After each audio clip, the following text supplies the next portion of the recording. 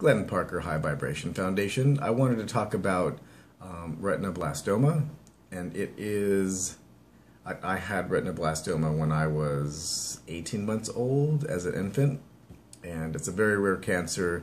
Has a tendency to happen bilaterally in both eyes rather than just in one. Fortunately, it was just in one. It's this eye here. That's why it's lazy, and because it is prosthetic. It's not glass anymore.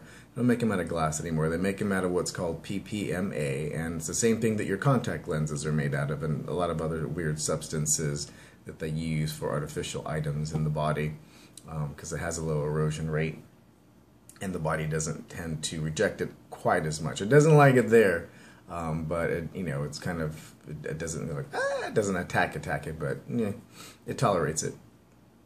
So I wanted to speak to people who have had this, or families that may have children at this point in time who have had it, that from my personal experiences, so that you can actually have maybe a little bit of a roadmap and have some things that you can look at, and maybe do a little pre-planning so that things could go a little smoothly. The good news is that your child or you're alive, all is well. Losing an eye may seem like a big deal at the time, but as it pans out, it'll work out okay.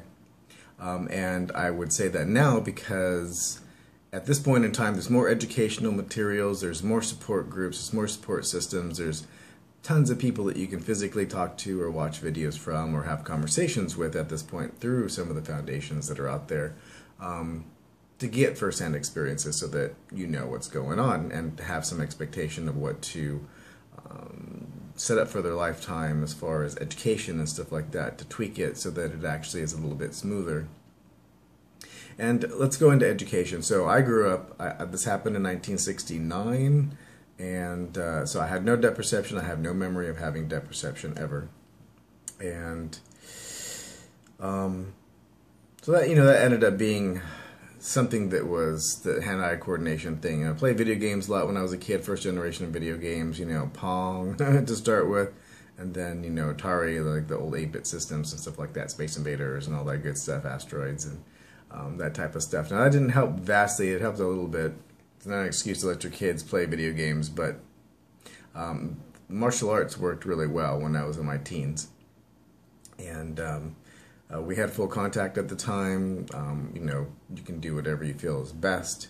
But for hand-eye coordination and get your spatial geometry to be able to know where you are in space relative to other objects, after you get smacked around a little bit, it's wonderful. It actually works really good. Now there are other things, maybe gymnastics or, something athletic, baseball and things like that I never really took to, because when you swing, it went into your blind spot. So some of the sports are kind of going to be a challenge, but there are other sports I think maybe that could be done. Lacrosse, maybe things like that. It's hard to say. So let's go back to education. It is important to know and plan with whatever your educators are, and maybe get some special reference materials and have some special education set aside, like a tutor once a week or something, in that when you lose a particular eye, it feeds a certain part of the brain. So the right eye is feeding the opposite part of the brain, and the left eye is feeding the opposite part of the brain. So I have no feed to the part of the brain that handles symbology, words and stuff like that. So I always had a challenge with words and symbols, and like I could read something, I knew what it was, but when I said it out loud, it would come out incorrect. It would be a different word, but I knew what it was. It would make teachers crazy, and you're kind of deemed, oh, retarded, or someone who doesn't have the skill sets that they're used to for the 40 or whatever kids they have in the classroom. So I did really well in mathematics. I did, I could just breeze through all of that. I did algebra in 2 or 3 weeks in high school, just 2 weeks, all from top to start, no problem, done. That's because the part of the brain that gets fed mathematics is getting everything. And when you get information, it has to cross hemispheres, like for words and stuff like that. So if you lose, the left eye, there's a different type and sets of skills and issues that come with that. Now, educators have a really good set and a roadmap for how neurolinguistics and logistics work in the mind. So they have all these things that you can do, like writing with the opposite hand upside down, like you would do for creative writing or do for sketching or for anything. And there's tons of other exercises you can do now in this day and age, and even computer software and programs that you can sit them down with. So you don't even necessarily have to get a physical person if that's not your preference. There are applications, even ones you can do on your touchpads and stuff like that, iPads and tablets and stuff like that, that they can actually use and educate themselves in their own pace and their own time. And I think that's wonderful, but it's something that you want to keep in mind. They might need some special education, and if they're having trouble with a particular topic and it correlates with the issue with vision, feeding the proper part of the brain, it's not that they have any mental challenges. It's a handicap. It's something that your brain isn't getting what it needs, and it's being fed in a different way. You have to learn in a different way than other people generally learn, and that can be frustrating in a classroom environment. So just make a note of that. And strengthen their social skills early, I would say. Because they're going to get teased, they're going to get messed with, even if they're biggest kid, even if they're smaller kid, there's always going to be some challenge there. People are going to mess with you when you have the one eye. And because kids nowadays are especially even smarter than they were, and social media and whatnot, there's no, that type of stuff can even be more challenging than it might have been in the days past.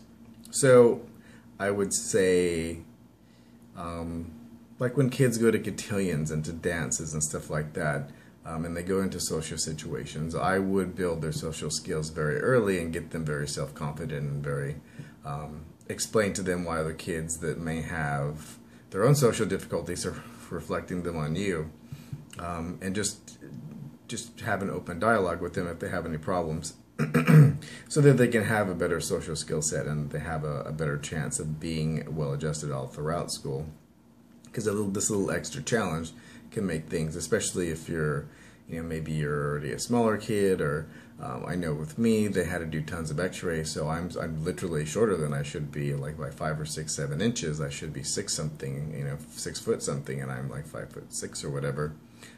So you're smaller when you're growing sometimes too, depending what they have to do, whether the cancer was isolated or whether the tumor had got into the rest of the body when you're younger, what they had to do. So sometimes there's immune system challenges, because I know I have, even still today, immune system challenges, and PPMA does leak into the body, and it is kind of, it is a small toxin to the body, and since the eye is permanently in there, when you take it out, you can see in the back that there's a lot of erosion that goes on as time goes on. There's some better ways for them that they're doing them nowadays. They're sealing them different ways and whatnot, but it still is a permanent, it literally is a giant permanent contact lens that never gets removed, at least for no duration of time.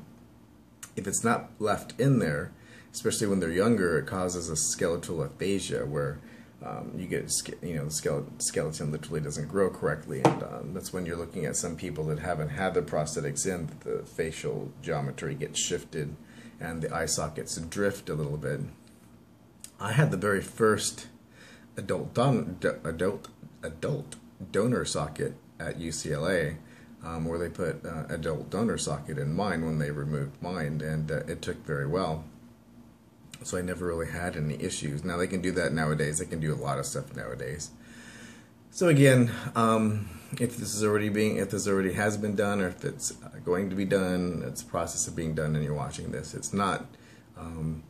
The procedure nowadays is very quick and easy, and it's very safe, and it can be done, and as long as they've isolated it to the area, then there's generally no other issues. You still get them tested, and they will get them tested to watch the other eye during their childhood, go in periodically to make sure that there's nothing starting in the other eye, because now they can actually go in there and do something about it without having to evacuate the entire eye when it's caught early. So I would say, I think that's everything that I wanted to share. I think really critically it is delving in and even asking some of the doctors that are specialists in these types of things about these additional tools and educational tools, because they are very critical to the learning process, and they can give them a curve so that they can actually be in the curve, because it's difficult enough to go to school and to have all this type of workload, and to get the kind of grades you need to go and target different colleges, and to have a different type of career. Once you get into these types of things, and to keep pace with things, that ideally it would be good to have as good a curve getting into that as possible, so that there's no being left behind, or there's no issues. I have tons of issues, because they didn't know what to do with me. Hyper intelligent, but couldn't learn within the construct of the system that they had, so I was just allowed to go from class to class. I think I was in 9th grade reading at the 5th grade level. Mathematics was fine, but grammar and all that, and context and whatnot, none of that made sense, and then no one could really sit with me and do that at one-on-one. So those might be challenges, and if you catch those early and you can sit with them and find educational tools to teach them in the way that is easy for them to learn. School will be a fun process. It won't be difficult. They'll go through it. They'll breeze through it, and they'll have as much of a normal life as possible. These extra tools will make it so that it's all transparent, which is really what you want to do. Is make the entire process as transparent as possible. There are so many tools nowadays that you can get, and they're not expensive. These educational tools are not expensive that you can get. The applications you can use, and if you need a tutor that specializes in these types of things, there's a couple times here and there. That's not too bad to get all those things done, to keep them on the curve. It's like hiring a regular tutor, just, so somebody has technical specialty that has knowledge on these types of learning aids. And I think that would be what I would really look at. And then just, as with any child, especially when they're going into teens, stuff like that, an open dialogue. And they're going to need tons of different eyes. There's an adjustment period between each one. They're very irritating when they're first in there, and sometimes there's allergic reactions to the stuff that they put on them, because they're manufacturing this thing, and as much as they try to clean it, there are some things that the body just doesn't like. And there are some soaps and stuff that I found that work really well to neutralize a lot and even out the pH, to clean it and whatnot. And sometimes they say use Johnson's baby shampoo and baking soda. I still use baking soda. It has a lot of aluminum in it. I'm not a really big fan of that. I'm trying to find something that has more of a neutral pH that's in that pH range. But I use the Miracle 2 soap. If you type in Miracle 2 soap, you'll find it. Tons of it out there. And it's a green soap, and it has a very neutral pH, and it's very soft, so it doesn't scratch the eyes or anything. And then you can make a paste in a solution out of that. So if you can't get to the doctor, you can't get to go get it polished and it's bothering them, you can take and you can do that, and you get a saline solution, a sterile saline solution, and you rinse it off, and then make sure that it's absolutely clean, and then you can put it back in. So it's not medical advice, just giving you some examples of things that I've done, and I would talk to the people that make the prosthetic for you, and give that as an example, because I have tons of examples of things that you can do. But some people are really sensitive to those types of things. They're very sensitive to the things that they use when they polish them. They're allergic to the polish themselves. I know I am, because it's polish. I mean, they're polishing the eye and they're sticking it back in there, and you're wondering why it's irritated for a couple weeks afterward. And those types of distractions can be critical when you're going to school and stuff like that too. So watch it if they get sick all the time or whatnot, if they're having a lot of illness, if they're going home with colds all the time or whatnot. Unusually high, compared to a normal kid. Because that means the eye might be bothering them, and there's other alternatives out there if that ends up being the case. So I think that's the critical information. That's the stuff that I think that would be really, really important.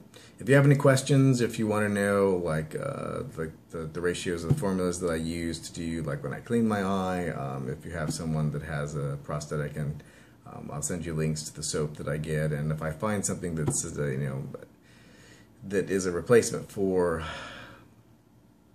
the baking soda, which I have yet to do, I will let you know. Or if you know of one, let me know. And I'm always happy to have a conversation, with somebody, especially a family that has a child that has just had something like that. If you want to talk, and have a brief conversation to see, firsthand if you have questions that this video didn't cover, just to make you feel a little bit better. I have no issues with that as well. So just send me a message and we'll set something like that up. Thank you very much.